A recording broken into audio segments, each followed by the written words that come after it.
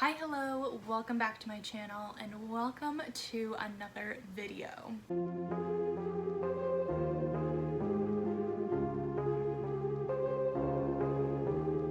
Specifically, welcome back to a fashion video. I had a shower thought that maybe some of you might be interested in some of the misconceptions that are out there about working in the fashion industry, because let me tell you, there are a lot of them. The first thing that I want to address is that there is this misconception out there that it is glamorous to work in the fashion industry. Are you ready? Are you ready? I fell prey to this misconception myself before I had started working in this field. It is, it's what we see in movies like The Devil Wears Prada. She gets this grand makeover and the Chanel boots. Are you wearing the Chanel boots? Yeah, I am. You look good. And all of this, and this just is not the case. First of all, you are working very early hours most days. A lot of jobs within the fashion industry require you to be up at 4, 5, 6, 7 a.m. because of either you're dressing models for morning shows or, I don't even know. There are a bunch of different reasons, but typically you're working very early hours and you're also doing a lot of grunt-like tasks, pinning garments, and you're helping to dress like sweaty models or sweaty customers, and it can be pretty gross at times. You're sweating yourself because of all the running around that you're doing. It's just not glamorous. We also don't look like models every day. We don't typically dress how we would dress other people. Take this for example. I'm in a big t-shirt and sweatpants. Does that scream stylist? Maybe not from the offset, but the thing is, your gift and your talent is dressing people. And that's what you're working with every day. So you're not necessarily taking the time to think about you and dressing yourself. Not within this position or this industry necessarily. That would be something more along the lines of an influencer or, someone who's creating their own brand, their own image.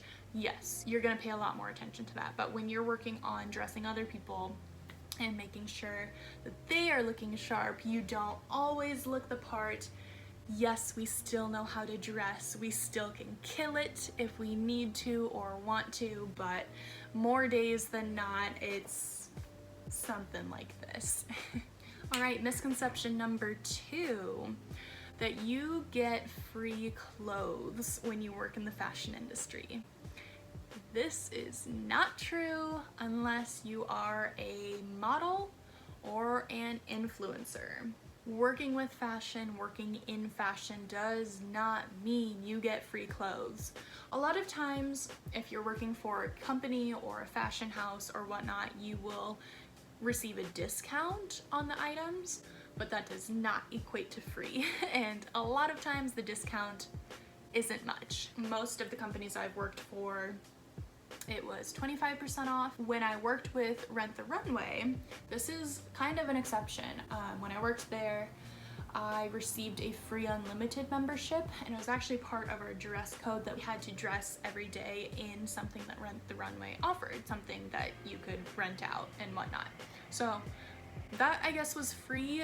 You may find little caveats like that in specific special positions, but a lot of the times, no. There is no free clothing when you work in the fashion industry. Let's talk about misconception number 3, Fashion Week. Now, I live in New York. We all know this. My name's Jen YC on YouTube. Fashion Week is not as easy to get into as you might think. You cannot just walk into a show up. You're not gonna be walking down the street and just see all sorts of models walking around. That's not really how it works.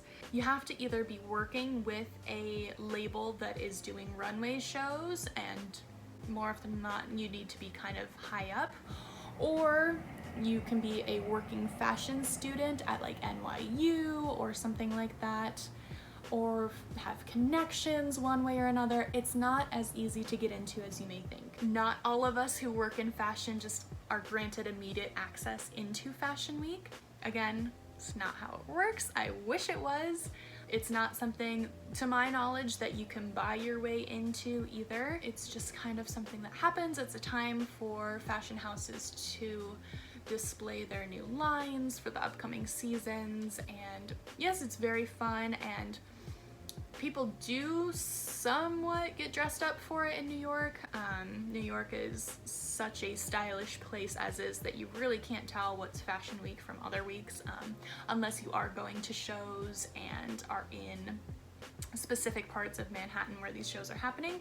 But yeah, you're not granted immediate access just because you work with fashion. Okay, last misconception I want to talk about in this video is that you make a lot of money working in the fashion industry. And ooh, girl, let me tell you, this is so far from the truth. Unless you are at the top, meaning you're either a designer or a supermodel or a fashion influencer or the CEO of some major fashion house or the CEO of your own fashion company, you do not make much money. A lot of times you're working as an assistant if you're in styling or whatnot, where you make literally no money. It's usually unpaid internships or unpaid assistantships. And most like retail fashion type positions are either minimum wage or slightly above minimum wage. It is quite difficult to find anything in the interim, at least, again, going back to the Spectres? Mr. Spectre will be right with you. What? What? At least in regards to the positions I have held. Now, again, that's just a tiny portion of what exists within the fashion industry. But yeah, there seems to be quite the gap where a majority of people work down here and make this small amount of money, and then there are the top dogs that just make all the money. There's really not a lot in the middle there.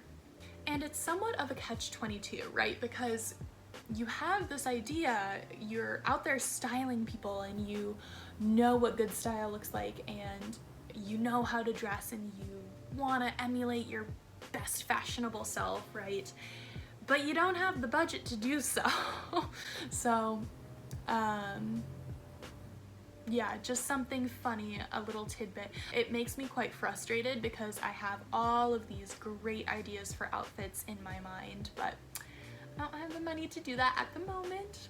We're getting there. But that, you guys, is all of the misconceptions I wanted to talk about today. I hope you liked this video. If you did, I'd be more than happy to do a part 2 because there are a lot more misconceptions out there.